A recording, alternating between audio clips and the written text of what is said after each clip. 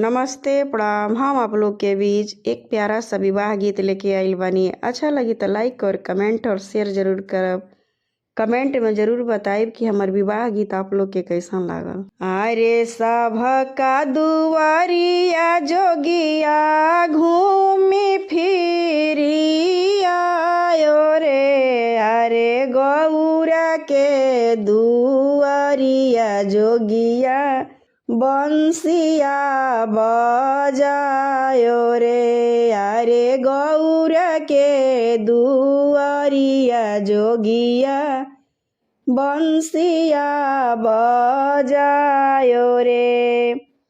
अरे सभा का दुआरिया जोगिया घूमी फिरी आयो रे। अरे गौरा के दुआरिया जोगिया बंसिया बजायो रे। अरे गौरा के दुआरिया जोगिया बंसिया बजायो रे। जब तोराया हो जोगी गौरा से प्रेम है। आहे गौरा जोगे आहो जोगी सड़िया ले आयो रे। अरे गौरा जोगे आहो जोगी सड़िया ले आयो रे। हमारा ही देश सासू सड़ियो ना मिले हो।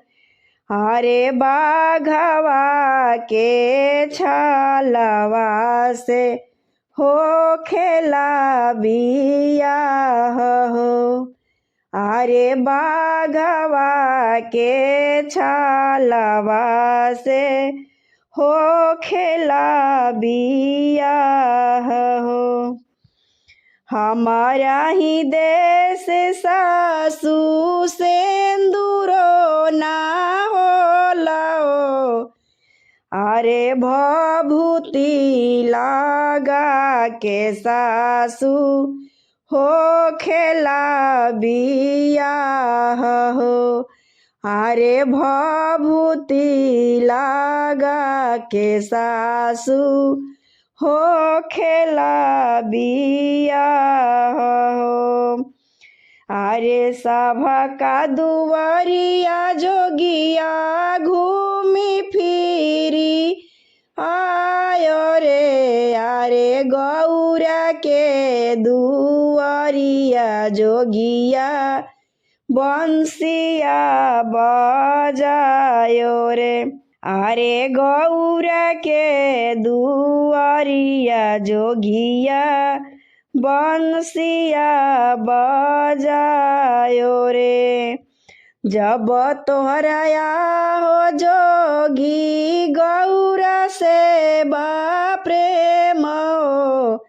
अरे गौरा जोगे आहो जोगी गहना ले आयो रे।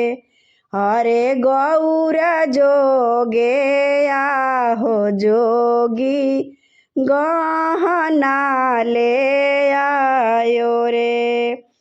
हमारा ही देश सासू गहनो ना मिले हो।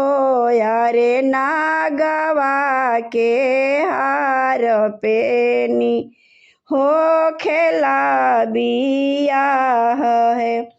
अरे नागवा के हार पेनी हो खेला बियाह है। सभा का दुआरिया जोगी घूमी फिरी आयो रे। अरे गौरा के दुआरिया जोगी बंसिया बजायो रे। अरे गौरा के दुआरिया जोगी बंसिया बजायो रे। अरे गौरा के दुवरिया जोगी बंसिया बजायो रे।